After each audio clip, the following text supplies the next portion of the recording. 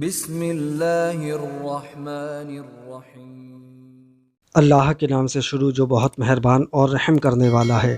حضرت سیدنا ابو بردہ رحمۃ اللہ تعالیٰ علیہ فرماتے ہیں، جب حضرت سیدنا ابو موسیٰ رحمۃ اللہ علیہ کی وفات کا وقت قریب آیا تو آپ رحمۃ اللہ علیہ نے اپنے تمام بیٹوں کو اپنے پاس بلا کر فرمایا، میں تمہیں صاحب الرغیف یعنی روٹی والے کا قصہ سناتا ہوں، اسے ہمیشہ یاد رکھنا۔ پھر فرمایا، ایک عابد شخص اپنی جھوپڑی میں لوگوں سے الگ تھلگ عبادت کیا کرتا تھا۔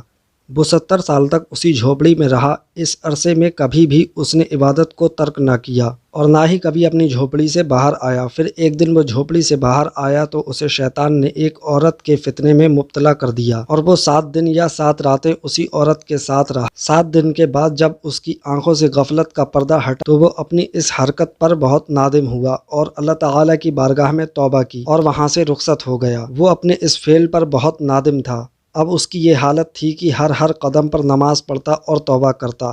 پھر ایک رات وہ ایسی جگہ پہنچا جہاں 12 مسکین رہتے تھے۔ وہ بہت زیادہ تھکا ہوا تھا۔ تھکاوٹ کی وجہ سے وہ ان مسکینوں کے قریب گر پڑا۔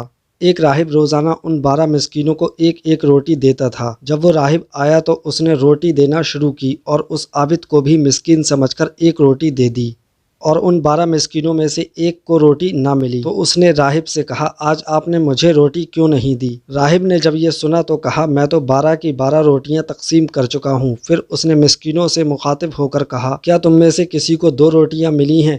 سب نے کہا، نہیں، ہمیں تو صرف ایک ہی روٹی ملی ہے۔ یہ سن کر راہب نے اس شخص سے کہا، شاید تم دوبارہ روٹی لینا چاہتے ہو، جاؤ، آج کے بعد تمہیں روٹی نہیں ملے گی۔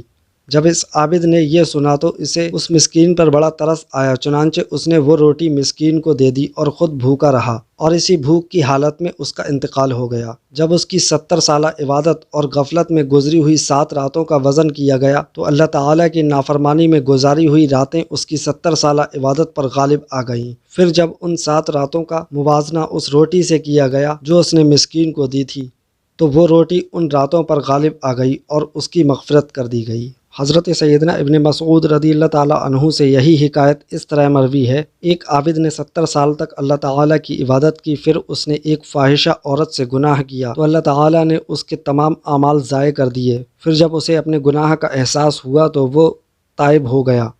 کچھ دنوں کے بعد اسے ایسی بیماری لاحق ہوئی کہ وہ چلنے پھرنے سے معذور ہو گیا۔ ایک دن اس نے دیکھا کہ ایک شخص روٹیاں تقسیم کر رہا ہے، گرتے پڑتے یہ بھی وہاں پہنچا اور اس نے بھی ایک روٹی حاصل کر لی۔ ابھی اس نے روٹی کھانا شروع بھی نہ کی تھی کہ اسے ایک مسکین نظر آیا، چنانچہ اس نے وہ روٹی مسکین کو دے دی اور خود بھوکا ہی رہا۔